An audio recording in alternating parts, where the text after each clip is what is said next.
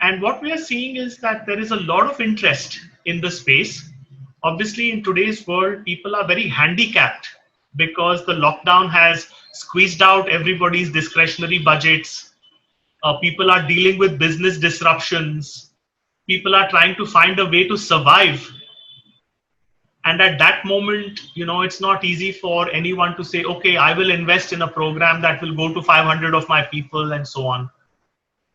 But I think just like with any other marketing effort, you have to put in that upfront engagement and build up a relationship and build up a certain amount of trust and rapport. And I have no doubt that we will be able to actually support organizations.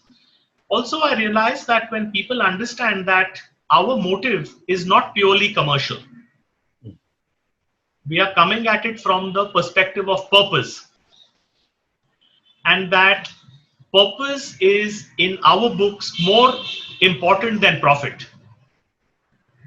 And once people understand this, then I find that their response to me is slightly different. If I present it purely as a commercial proposition. So for example, in our cancer program, we say to people that we will give you the program on a pay forward basis. Okay. Which means that you don't pay for the program upfront. Somebody else has already paid for you. It's like a Vipassana kind of. Exactly. Yeah. Exactly. So once people understand that, they say, oh, this is this person's motive. Similarly, on the Stress to Swasthya side, what we offer is a free webinar for the leadership team of any organization saying, look, I'm willing to commit my time and effort to basically help your leadership team come to grips with this. Thereafter, if you choose to use our services as we go forward, then obviously we will charge you for it. But remember that what we make goes in offering other clients such free programs. Right. In fact, this is a great idea. In fact, in a slightly different way, this also works for me because I do have a option where people can actually learn to make a website for free. Me and my partner Harshit have developed a platform. Of course, some people will say like a nice program and everything. It's a nice place, but here's the money, get it done for us. We're not going to sit and learn how to make a website. But I think one of the nice things about offering the opportunity for them to look at the stuff that we've done, it helps to build the trust, right? It knows that they're not asking for money up front. I think it's a fabulous way to connect and work with people. And it creates an opportunity to bond and engage with them. So that's great that even you found a way to apply this strategy. Just one question I want to ask you is in LinkedIn, when you mentioned earlier, did you have like would it make sense to search for certain types of people? Like maybe CEO is a designation, but would other parameters help to determine a potential client? And how do you do that? What are the things that you've been able to figure out on LinkedIn? Actually, so far, it's still early days for us, as you know, Rishi. We haven't really gotten that deeply into engaging and screening in clients and screening out prospects and so on. It is something that we will have to do as we go forward. But what I'm noticing, just my early impressions, is that there is quite a lot of curiosity. And obviously the curiosity is something that we need to engage with. And so I find that people who are part of my old network, people who I knew before in my advertising days or in my consulting days or in my coaching days, there I don't have to work that hard to build up that rapport and trust. They already know me. They know my caliber. They know that I will deliver high quality stuff no matter what. And in some ways, they are the people who are going to give me the first breaks. And they will also be my endorsers, and they will also be people who will then get the word out. Because so far in all my life as a coach and consultant, everything has been through word of mouth and referrals. That is the best way to grow in this kind of business, right? I suspect that the same thing will happen.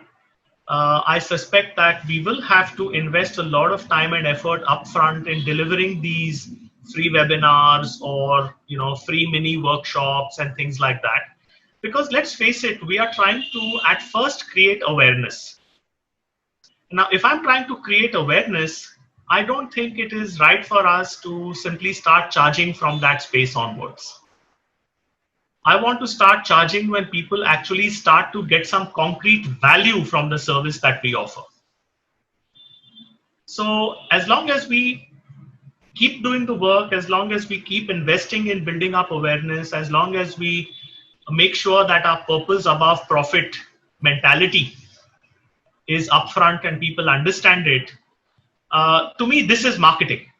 That then the pull will come from the people who say, I like what these people are doing. I think it will benefit me. I like the way these people are doing it. I want to engage with them. And that results in a long-term relationship rather than just a one-time transaction. I'm too old for one-time transactions now. True, true. Tell me one thing. If people who are watching this right now and they wanted to know, okay, this is interesting, they can, of course, do the HHQ and stuff like that. But are there any upcoming webinars that they can also attend to listen to you? What's coming next? Can you just talk about it? Because I think this will be out in a few days' time on my own network. Can you share a little bit more about that? Yeah, so it's good that you mentioned that, because over the last 3 months, I think I must have done, 12 or 15 webinars for different people, including our own webinars. So time-wise, actually, we have a free webinar coming up on this whole idea of stress and resilience and burnout. This webinar is coming up on the 11th of July. And if you want to sign up for this webinar, then, the link is here. You can actually go there, look for it and sign up for it. You will get a taste of our approach and the kind of services we offer and the kind of value. And that might give you a sense of confidence to say, yeah, let's engage with these people. So look for our webinar on 11th of July, and I would love to see a lot of people sign up for it. Fabulous. That's really great. So once again, thank you for taking out the time to talk to us on a Sunday morning. And I will put all the links that you've sent me on the video or below the video or after the video. For those of you that are finding this useful information, please like this video if it's on Facebook or LinkedIn or YouTube. These videos go on all these platforms. Share it with people that you feel might benefit from knowing what Vijay is talking about.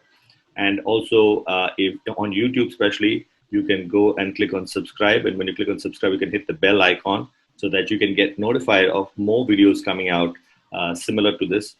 And if you're one of my clients watching this video, just like Vijay is a client of mine, and I have already interviewed a few other clients of mine, please get in touch with me, or probably I'll get in touch with you soon. I'd like to do these experiences so that my audience can get to know of the kind of clients that are using technology to enhance and boost their business. So thanks once again, Vijay, for this. And we'll hope to see what happens. Maybe do another interview after like 6 months or a year to see where things are going. Thank you so much, Rishi. Thank you for partnering us and being with us on the ups and downs of this journey. And thank you for giving me this platform to talk to a wider audience, including some of your other clients. Much gratitude. Thank you.